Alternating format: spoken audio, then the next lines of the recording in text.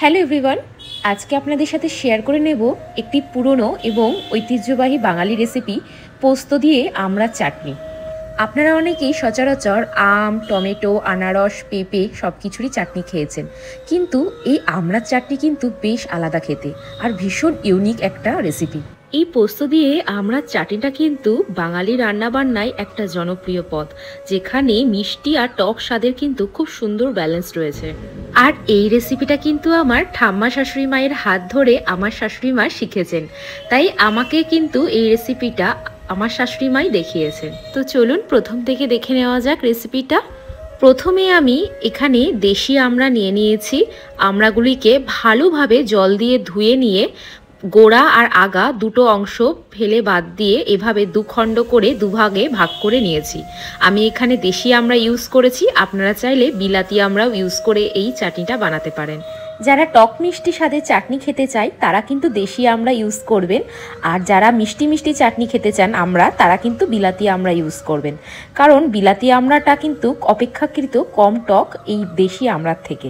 তো যাই হোক, আমি আমড়াগুলোকে ভালোভাবে কেটে নিয়ে ধুয়ে জল ঝরিয়ে রাখতে দিয়েছি। এবার এখানে আমি কড়াইতে গরম করে সর্ষের তেল ফোড়ন দিয়ে নেব। দিয়ে নিয়েছি এখানে ফোড়নে আমি একটা শুকনো লঙ্কা, একটা তেজপাতা আর সামান্য পরিমাণ সর্ষে ফোড়ন।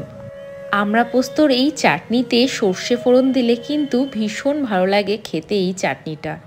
গরম তেলে ফোড়ন দেওয়া হয়ে গেলে আগের থেকে যে কেটে রাখা আমড়াগুলো ছিল সেগুলো এবার আমি আস্তে আস্তে কড়াইতে দিয়ে নেব।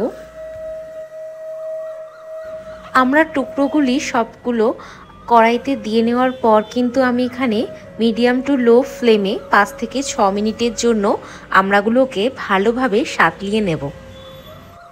এই ভালোভাবে সাঁতলানোর ফলে কিন্তু আমড়ার যে একটা কাঁচা ভাব সেটা আস্তে আস্তে কমে আসবে এবং আস্তে আস্তে নরম হয়ে যাবে। এরপর আমি স্বাদ মতন এখানে নুন আর হলুদ নিয়ে আরও ভালোভাবে 3 থেকে 4 মিনিট আমি এখানে সাঁতলিয়ে নিচ্ছিলাম। এরপর আমি এখানে অ্যাড করে নেব এখানে গরম জল। গরম জল মোটামুটি আপনারা পরিমাণ মতন দেবেন। তো আমি এখানে এই আমড়াগুলোর মধ্যে এবার কড়াইতে আস্তে আস্তে গরম জল দিয়ে নিয়েছি। যারা চাটনি একটু গাঢ় খেতে চান তারা এখানে কম জল দেবেন, আর যারা একটু ঝোলঝোল টাইপের খেতে চান তারা কিন্তু একটু জলের পরিমাণটা বেশি দেবেন। এরপর ভালোভাবে এখানে আমি আমড়াগুলোকে সেদ্ধ করে নিয়েছি 10 থেকে 12 মিনিটের জন্য, আর আপনারা দেখতেই পাচ্ছেন আমড়াটা খুব সুন্দরভাবে সেদ্ধ হয়ে ফুটে আসছে। এরপর সেদ্ধ হয়ে যাওয়া আমড়ার মধ্যে আমি অ্যাড করে নেব পরিমাণ মতন চিনি। চিনিটা কিন্তু প্রথমে দেবেন না, তাহলে কিন্তু আমড়াটা সেদ্ধ হতে চাইবে না, সেদ্ধ হয়ে যাওয়ার পরেই দেবেন চিনিটা। এবার ভালোভাবে আমি নেড়ে চেড়ে নেব। অ্যান্টিঅক্সিডেন্ট আর ভিটামিন সি সমৃদ্ধ আমড়ায় কিন্তু প্রচুর গুণাগুণ রয়েছে, এটা কিন্তু আমাদের স্বাস্থ্যের জন্য খুবই ভালো। এখানে আমড়াগুলো পুরোপুরি সেদ্ধ হয়ে এসছে। এরপর আমি এখানে সবার লাস্টে দিয়ে দেব পোস্ত বাটা। পোস্ত বাটা দিয়ে কিন্তু খুব একটা বেশি ফোটানোর দরকার নেই, একদম দিয়ে জাস্ট 2-3 মিনিট ফুটিয়ে কিন্তু আমি নামিয়ে নেব। ব্যাস, টক মিষ্টি আমড়ার চাটনি রেডি।